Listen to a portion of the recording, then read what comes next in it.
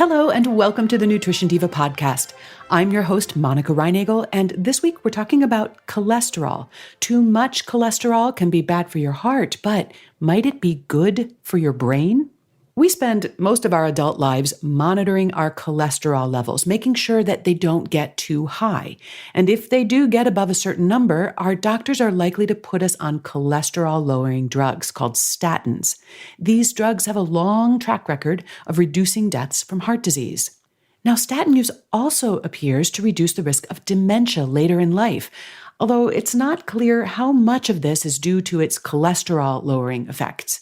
Statins also reduce inflammation in the body, for example, and that might protect the brain. In fact, some recent studies suggest that while high cholesterol levels at 50 may be bad news, high cholesterol levels at 80 may be just what the doctor ordered. Specifically, researchers have observed that elderly people with high LDL cholesterol levels are less likely to have dementia than those with low cholesterol levels. Although we often think of cholesterol as a threat, cholesterol is actually an essential component of healthy cells, and it's especially important in neurons or brain cells. In fact, 25% of the cholesterol in your body is in the brain. Here are a few more interesting facts about cholesterol. Most of the cholesterol in your body does not come from the food you eat. Rather, it's manufactured by your liver.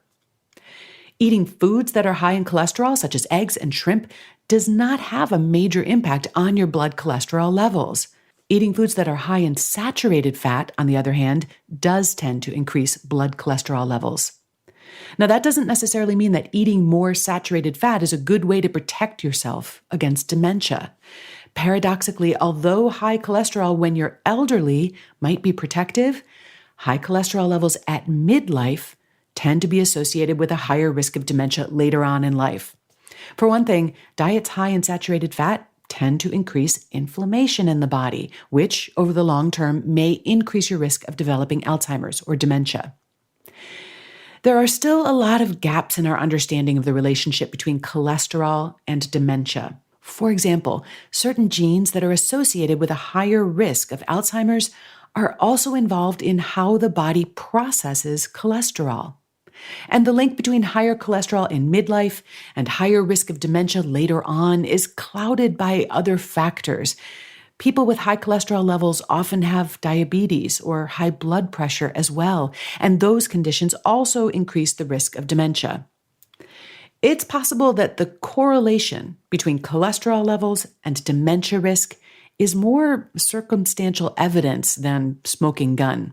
It certainly wouldn't be the first time. After all, we have leapt to conclusions about cholesterol in the past that turned out to be premature, such as thinking that foods that are high in cholesterol would raise our blood cholesterol levels. And there's even a fair amount of debate over whether saturated fat even causes heart disease. How should we respond to this research showing that older people with higher LDL cholesterol levels have a lower risk of dementia? Well, I don't think we have nearly enough evidence to start advising Grandpa to eat more bacon with the goal of raising his LDL cholesterol levels.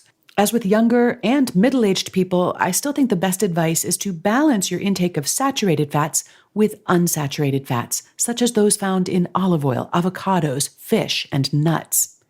But we might want to reconsider whether we should be prescribing medications or even low-fat diets to people who are in their 80s in order to keep their cholesterol levels at 50-year-old target levels.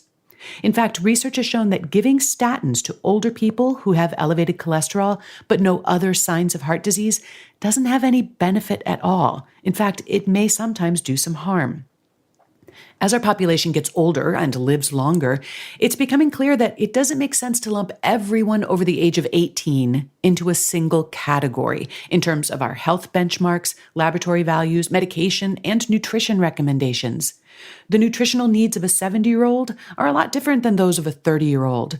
And by the same token, a cholesterol reading that might be concerning in a 40-year-old might be of no consequence or even reassuring in an 80-year-old. It's also such a good reminder that prescribing medications or diets in response to individual lab values is not ideal. Recommendations should always take into consideration a patient's overall health, their health history, their lifestyle, and age-adjusted risk factors and requirements, as well as any other medications and conditions. And finally, this complex relationship between cholesterol and health is yet another example of the fact that individual foods and nutrients are rarely all good or all bad. Most play a variety of roles, and context is everything. For example, you might be interested in my past episode, How Saturated Fat Can Actually Help Your Heart. You'll find a transcript of today's episode, along with links to the research I discussed, as well as related episodes on saturated fat, cholesterol, brain health, heart health, and so much more in our archives at nutritiondiva.quickanddirtytips.com. And you'll find me on Facebook and Twitter. I'm at Nutrition Diva. Before I wrap up, I want to ask you one favor. Even though I've been doing the Nutrition Diva podcast for over 10 years now, I'm still working to make it the best show that it can be. And you can help me do that by taking a short listener survey. It's a quick way to let me know what you like about the show and what new directions you might like to see the show take in the future. You'll find the survey at bit.ly/divapod. That's bit.ly/divapod. Thanks so much for listening and have a great week.